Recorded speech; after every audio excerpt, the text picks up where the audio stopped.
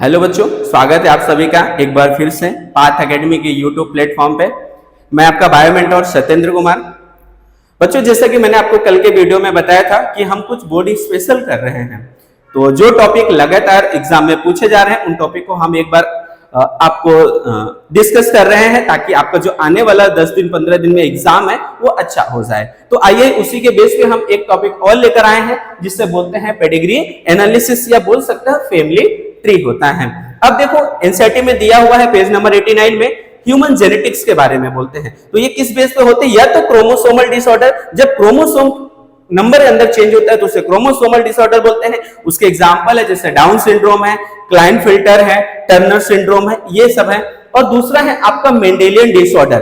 तो जो pedigree analysis है इसके बेस पे करते हैं मेंडेलियन डिसऑर्डर पे। अब ये मेंडेलियन डिसऑर्डर होता क्या है? इसे हम बोलते हैं जीन म्यूटेशन, यानी जीन के अंदर म्यूटेशन। बोल सकते हो कि change in structure and function of gene क्या कहलाता है? जीन म्यूटेशन, या इसको दूसरा नाम दे सकते हो पॉइंट म्यूटेशन। अब बच्चों देखो कि मेंडेलियन डिसऑर्डर ऑटोसोमल हो सकते हैं, एलोसोमल हो सकते हैं। ऑटोसोमल डोमिनेंट, इसके एग्जांपल है myotonic dystrophy and polydactyly. Autosomal recessive के जो एग्जांपल है वो sickle cell anaemia, phenylketonuria and thalassaemia. NCERT में इनके बाकायदा आपको एक्सप्लेन किया हुआ है। तो फिनाइल कीटोनुरिया गुजरात बोर्ड में 2024 में आया था 2 मार्क्स में, तो आप सिकल सेल एनीमिया अच्छे से पढ़ के जाइएगा। उसके बाद आओ एलोसोमल की बात करते हैं। तो एलोसोमल में एक्स लिंक और वाई लिंक होता है। एक्स लिंक डोमिनेंट, इसका एग्जांपल है आपका स्यूडोरिकेट्स, और एक्स लिंक रिसेसिव जो एग्जांपल है haemophilia and colour blindness. Y link की बात करें तो हाइपरट्राइकोसिस और वेब्ड टॉय होते हैं। तो ये आपका रहा जो मैंने पेडिग्री पढ़ाना चाहिए वो, और एकदम सिंपल फॉर्म में एग्जांपल आपको सारे याद होने चाहिए कि ऑटोसोमल डोमिनेंट कौन है, ऑटोसोमल रिसेसिव कौन है, एक्स लिंक डोमिनेंट कौन है, एक्स लिंक रिसेसिव कौन है, ये आपको अच्छे से याद होना चाहिए। ठीक है ना?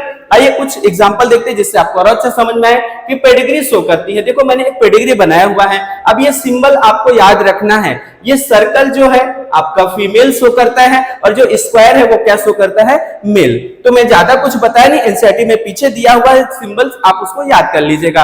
अब देखो ये क्या है? एक कपल है, दोनों क्या है? डिजीज वाले हैं। जो अगर डार्क है तो वो डिजीज वाले हैं। दोनों कपल्स क्या हैं? डिजीज वाले हैं। इनके कितने बच्चे हैं? 1 2 3 4 5 बच्चे हैं, और 5 बच्चों में 3 बच्चे अफेक्टेड है किसी भी डिजीज से, और 2 बच्चे क्या हैं? नॉर्मल हैं। तो जरा ध्यान से पढ़ना बच्चों, इसका आंसर क्या होने वाला है। तो मेरी बात एकदम ध्यान से सुनना।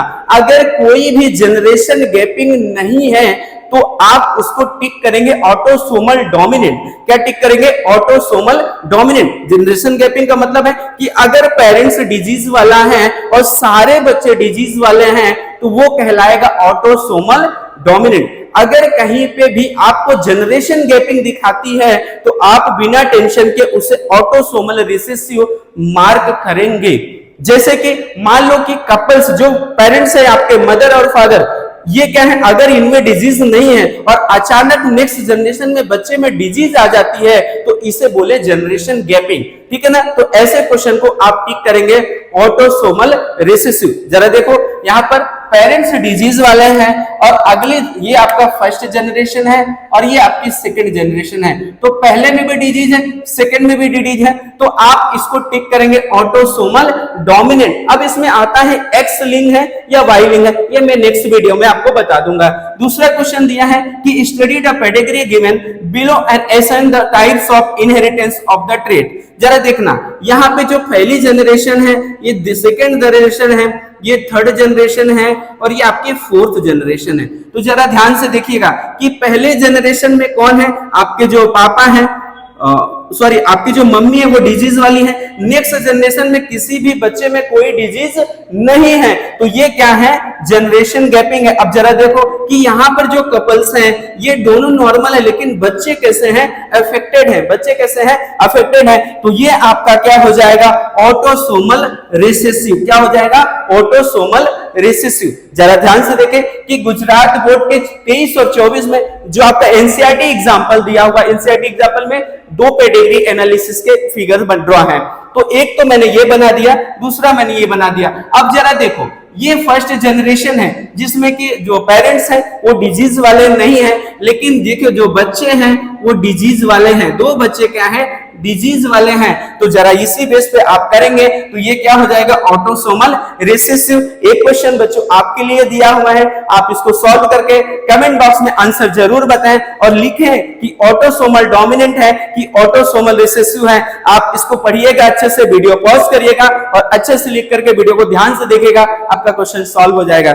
थैंक यू बच्चों।